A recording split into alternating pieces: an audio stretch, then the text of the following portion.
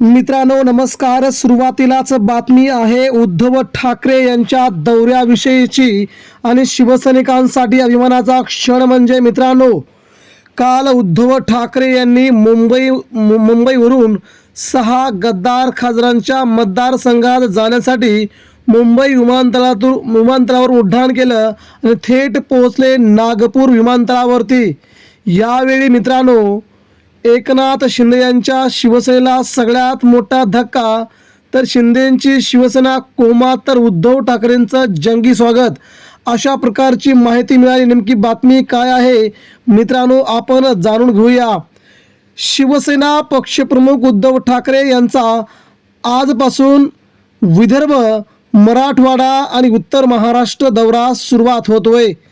ठाकरेंनी गद्दार खासदारांच्या घरासमोर जाऊन आपल्या सभा घेण्याचं ठरवलंय.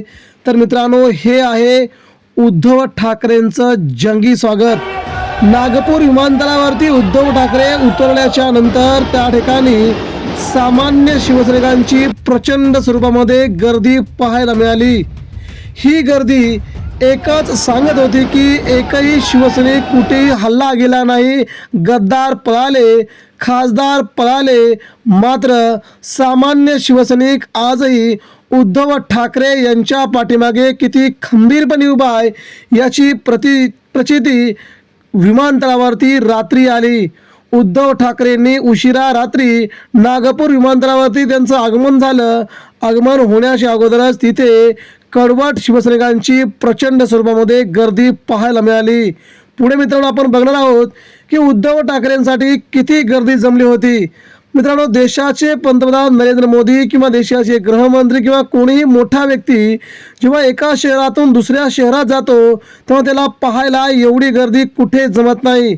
मात्र मित्रांनो, उद्धव ठाकरे किंवा ठाकरे परिवारातील व्यक्ती जेव्हा एखाद्या विमानतळावरून महाराष्ट्रातल्या एखाद्या विमानतळावरती जाते तेव्हा मात्र हजारोंचा जनसमुदाय त्या ठिकाणी आलेला आपण पाहतो. ही ठाकरेंची जादू म्हणावी लागेल. मित्रांनो, ही अशी प्रचंड गर्दी उद्धव ठाकरेंसाठी जमलेली आपल्याला पाहायला मिळते. कारण निष्ठा म्हणजे ठाकरे आणि ठाकरे म्हणजे सामान्य शिवसैनिक, हे समीकरण आजही बनलेलं आहे. नागपूरमध्ये आज उद्धव ठाकरेंची जंगी सभा होईल. त्या सभेच्या अगोदर एक ट्रेलर तुम्हाला पाहायला मिळाला. तो ट्रेलर म्हणजे साहेबांच्या पाठीमागं, ठाकरेंच्या पाठीमागं उभे असलेले लाखो शिवसैनिक आजही तसेच जमिनीला तग धरून आहेत. जरी कोणी गद्दार झाले तरी आम्ही देखील उद्धव ठाकरेंच्या पाठीमागे कायमस्वरूपी उभे आहोत हे सांगण्यासाठी हा जनसमुदाय जमला होता. त्यामुळे आज जमिनीवरती आहेत शिवसैनिक, तर साहेब देखील जमिनीवरती. मित्रांनो, ही प्रचंड गर्दी उद्धव ठाकरेंसाठी एकच सांगते आहे, कितीही गद्दारी होऊ द्या, कितीही पक्ष पडू द्या, साहेब आम्ही तुमच्या सोबत आहोत आणि आम्ही कायम तुमच्या सोबत राहणार. अशा प्रकारची या प्रचंड गर्दीने मात्र महाराष्ट्राला सांगून दिलंय की उद्धव ठाकरेंचे कितीही नेते फुटले तरी सगळ्यांना मात्र आम्ही पूर्ण उरतोय सामान्य शिवसैनिक. यावेळेस एकनाथ शिंदेंच्या शिवसेनेला मात्र कोमात गेल्यासारखं वाटलंय आणि ठाकरेंचं हे जंगी स्वागत आगामी काळातील सगळ्याच नेत्यांना देखील पुरून उरणार असेल.